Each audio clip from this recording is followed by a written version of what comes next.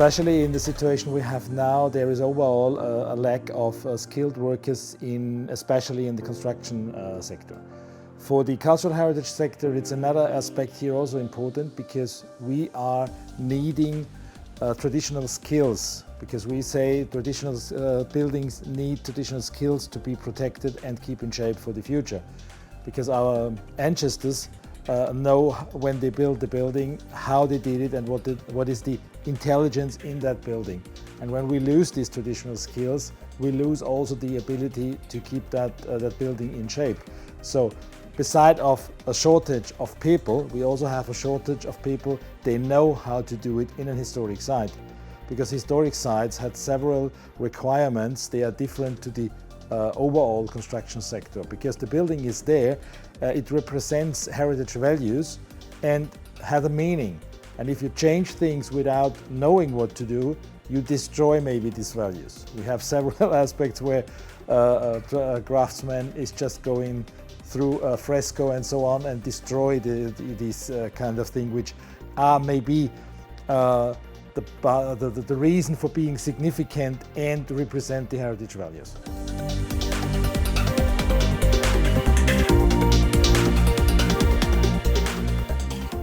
Related to cultural heritage, we of course deal the last 3 years with traditional skills because we need them, as I mentioned. But on the other hand, of course, we don't expect these people doing their work as they did it 200, 300 years ago. So there is already a development. So we are using the machines and the equipment, of course, which are available, but also it's a need to go digital. And in the case of cultural heritage, it's not related to the building itself. It's important that when we digitalize, we also have the tourism sector, the culture sector, the museum included, because they do the same. So when we're digital, we have to coordinate, and that's the challenge we have in the cultural heritage sector.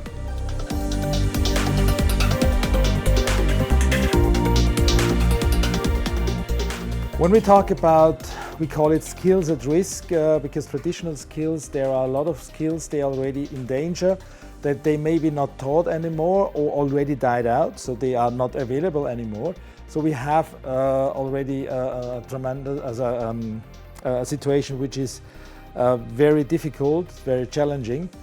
But there are differences between the EU countries. We have, for instance, we had the example talking about lead worker and plumber.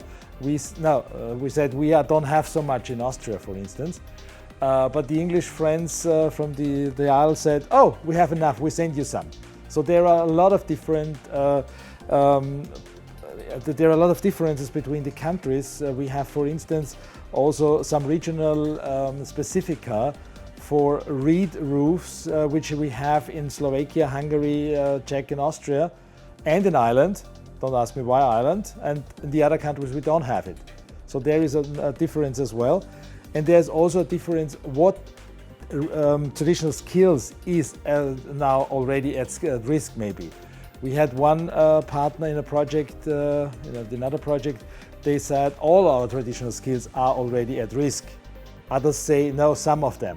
So there are a lot of differences, but the interesting thing here is when we talk about skills at risk, every country has their own definition what is the skills at risk. So talking about the differences in Europe, that's not only talking about the differences in reality, you're also talking differences about definitions.